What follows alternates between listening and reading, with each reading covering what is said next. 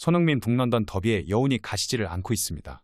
손흥민은 24일 영국 런던 에미레이츠 스타디움에서 열린 아스널과의 리그 원정 경기에서 2골을 몰아넣으며 팀의 2대2 무승부를 이끌었습니다. 손흥민은 전반 동점골을 기록한 이후 후반에 리드를 내주자 재동점골을 터뜨리며 팀을 북런던 라이벌 더비 패배에서 구해내는 해결사의 면모를 보였습니다. 손흥민은 올 시즌 리그 6경기에 모두 출전하며 5골을 넣었습니다. 지난 4라운드 벌리전에서 해트트릭을 작성한 뒤 이번 아스날전에서 멀티골을 넣으면서 엘링 홀란에 이어 리그 득점 단독 2위에 올랐습니다.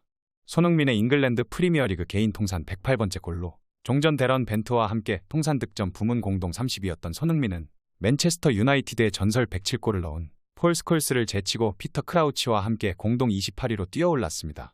당장 손흥민이 한 골만 더 넣으면 27위 109골의 라이언 긱스와 어깨를 나란히 할 수 있습니다. 특히 22권에는 선수들의 득점이 촘촘히 몰려있기 때문에 손흥민이 시즌 20골을 넘어선다면 22권 이내 진입도 충분히 바라볼 수 있습니다. 게다가 이번 골은 더 의미가 깊을 수밖에 없는데 손흥민이 아스날 원정에서 2골을 넣은 것은 30년 만에 토트넘 선수가 아스날 원정에서 2득점을 한 것입니다. 손흥민 이전 1993년 5월 존 앤드리가 아스날 원정에서 2득점을 했던 것이 마지막이었습니다. 그 사이 위르겐 클린스만, 로비 킨, 저메인 데포, 해리 케인 등 역사적인 공격수들이 즐비한 토트넘이지만 아스날 원정에서 2골을 넣은 선수는 없었고 30년 만에 손흥민이 그 주인공이 됐습니다. 상황이 이런 가운데 재미있는 것은 이번 시즌 케인의 공백이 눈에 띄지 않는다는 것입니다. 케인의 자리를 메디슨이 메우고 있기 때문입니다. 이번 시즌 영입 때 곧바로 부주장으로 임명된 메디슨과 새로운 캡틴 손흥민의 조합이 빛났습니다. 두 선수는 득점 후 나란히 서 손흥민의 찰칵 세리머니를 보이기도 했습니다. 토트넘은 불과 6경기 만에 케인을 잊었다는 평가가 나올 정도로 손흥민과 제임스 메디슨이 찰떡호흡을 보이고 있습니다. 특히나 지난 아스날전에서는 메디슨이 패스하면 손흥민이 골을 넣었습니다. 현지 매체는 새로운 듀오를 두고 호평을 쏟았습니다. 경기 후 ESPN은 손흥민 메디슨은 위험한 듀오다. 프리미어리그에서 가장 파괴력 넘치는 공격 조합이라고 평가했습니다. 영국 BBC는 첫 번째 골 장면에 대해 제임스 메디슨이 라인을 따라 들어왔고 컷백했고 손흥민이 발을 내밀어 볼을 골문하단 구석으로 넣었다. 이어 두 번째 골 상황 또한 즉시 반응이 나왔다. 두 번째 실점 2분 만에 토트넘이 두 번째 골을 넣었다. 메디슨에게 볼을 빼앗겼고 그에게는 손흥민이 동료로 있었다. 그를 찾았고 공격수가 나머지를 깔끔하게 낮은 마무리로 마쳤다. 물론 다른 역동성이지만 지난 여름에 끝난 손흥민과 해리 케인의 인연 이후 토트넘 팬들은 손흥민이 메디슨과 좋은 파트너십을 맺는 모습을 보는 것은 좋은 일이라고 보도했습니다. 특히 포스테코글루 토트넘 감독은 아스널 원정에서 무승부를 이끌어낸 손흥민과 제임스 메디슨뿐 아니라 실점의 빌미를 내준 크리스티안 로메로까지 감싸 안았습니다. 경기 후 포스테코글루 감독은 원했던 모습의 팀이 되기 위해서는 진정한 의지력과 갈망이 필요했다. 이는 팀의 규율에 잘 따르는 것과 우리 팀의 문화에 녹아드는 것도 포함된다. 그 사이에서 중심을 잡아준 손흥민 등 주장단의 역할은 중요하다. 오늘 우리는 굉장히 어린 팀이었다. 거의 모두 20대 초반에 불과하다. 어린 팀이었지만 우리가 보유한 경험 많은 선수들에 대해서는 굉장히 자부심을 느낀다. 그리고 메디슨과 손흥민은 그냥 차원이 달랐다. 골만 그런 게 아니라 활동량, 경기에 임하는 자세까지 굉장했다. 손흥민과 메디슨의 파트너십이 해리 케인이 있던 시절, 손케와 비교해 어떠냐는 질문이 있는데 훌륭한 선수들이 있다면 서로 알아가기 마련이다.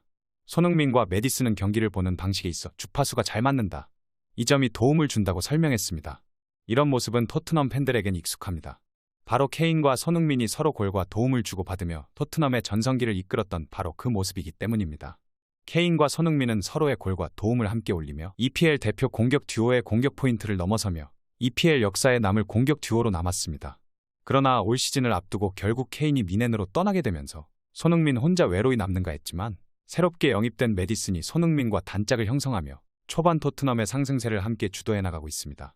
케인이 바이에른 미넨으로 떠나자 그 등번호 10번을 이적생 제임스 메디슨이 이어받고 있는 것입니다.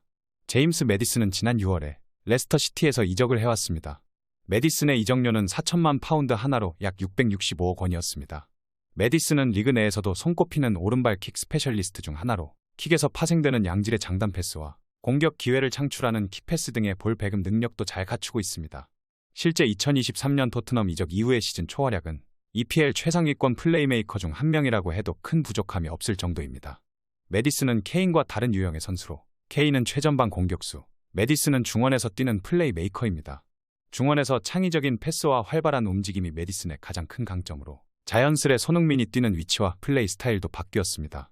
당연히 손흥민 입장에서는 케인과 함께 뛰는 것보다 메디슨과 함께 뛸 때 득점력이 폭발할 수밖에 없는 부분입니다. 심지어 BBC는 해리 케인이 바이에른 뮌헨으로 이적한 뒤 손흥민의 플레이에서는 이전에 찾아보기 어려웠던 성숙함이 느껴진다. 토트넘의 두 골은 모두 손흥민이 훌륭하게 터뜨렸다며 칭찬을 아끼지 않았습니다. 오히려 해리 케인이 떠난 뒤 손흥민이 더욱 잘하고 있다는 뜻으로 풀이됩니다. 스카이 스포츠도 손흥민을 향한 칭찬 행렬에 가세했는데 단순하게 득점만으로 손흥민의 활약을 평가해서는 안 된다. 손흥민은 두 차례 결정적인 찬스에서 득점으로 마무리했다. 무엇보다 93%의 패스 정확도를 기록했다. 키패스도 두 차례 성공시켰다. 이에 조직적인 아스널을 상대로 기회를 만들어내는 리더 역할을 수행했다. 손흥민은 최근 북런던 더비에서 좋은 모습을 보였는데 이날 마찬가지였다. 손흥민은 마치 아스날을 상대하는 것을 즐기는 것 같다고 칭찬을 아끼지 않았습니다. 반면 해리케인의 경우 뮌헨에서 생각지 못한 고충을 겪고 있습니다. 독일 분데스리가 바이에른 뮌헨은 분데스리가 5라운드에서 7대0으로 대승했는데 케인은 보움전에서 3득점 2어시스트의 맹활약을 펼쳤습니다. 하지만 케인은 경기 후 독일 축구의 규정이 이상하다는 것을 깨달았습니다. 잉글랜드 프리미어 리그에서는 당연히 해트트릭이지만 분데스리가에서는 규칙이 좀 기이한데요. 이상한 독일 규정으로 인해 공식적으로 해트트릭에 포함되지 않습니다. 케인의 득점 사이에 다른 동료들이 골을 넣었기 때문에 케인은 3골을 넣었지만 독일에서는 인정받지 못한다는 것입니다.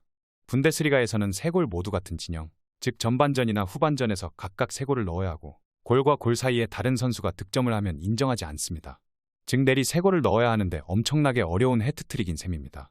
프리미어리그 규정에 익숙한 케인으로서는 황당할 수밖에 없습니다. 상황이 이런 가운데 케인이 한 말 또한 토트넘 팬들에게 비난을 받고 있습니다. 바이에른 뮌헨에서 활약 중인 케인은 토트넘 시절을 돌아보며 비교했습니다. 케인은 토트넘에서 느꼈던 것과 비교하면 확실히 다른 부담감이다. 우리는 토트넘에서도 이기고 싶었지만 몇 경기를 이기지 못했다고 재앙은 아니었다. 하지만 바이에른 뮌헨에서는 모든 경기를 이겨야 한다. 뮌헨이 경기력이 아주 좋지 않다는 이야기가 여전히 있지만 세계에서 손꼽히는 B클럽 중 하나에 몸담고 있으면 감수해야 하는 부분이다. 하지만 우리는 좋은 출발을 했고 다양한 감정을 느끼는 걸 즐기고 있다. 그것이 내가 뮌헨에 오고 싶었던 이유 중 하나라고 설명했습니다. 케인의 발언에 토트넘 팬들은 분노했습니다. 특히 우승을 하지 못해 토트넘을 떠난 케인을 향해 새가슴이라고 강조했습니다. 더 선은 팬들의 반응을 전하며 케인은 언제나 새가슴이었다.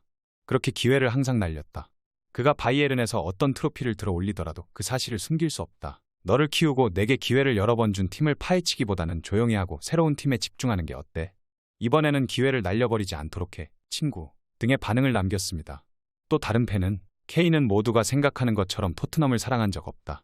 내 충격을 상상해보라며 실망을 감추지 못했습니다.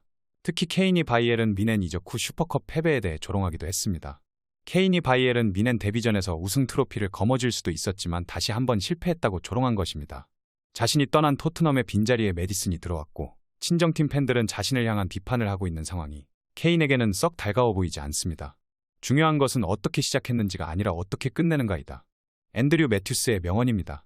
케인 선수는 자신 없이 잘 나가는 토트넘이 질투가 날 수 있겠지만 시기보다는 응원하는 마음으로 과거 친정팀에 대한 언행을 조심해서 팬들의 기분을 상하게 하는 일이 없어야겠습니다. 페페TV 시청자 여러분은 어떻게 생각하세요? 페페TV는 여러분의 생각이 궁금합니다. 댓글로 여러분의 생각을 남겨주세요. 여러분 행복한 일은 매일 있습니다. 아무도 당신에게 상처 줄 자격이 없습니다. 다른 사람들이 아무렇게나 던지는 말에 상처받지 말고 오늘도 세상에서 가장 소중한 당신에게 잘해주기로 약속해요. 가장 큰 성공은 행복한 당신입니다. 그럼 다음 영상에서 봬요.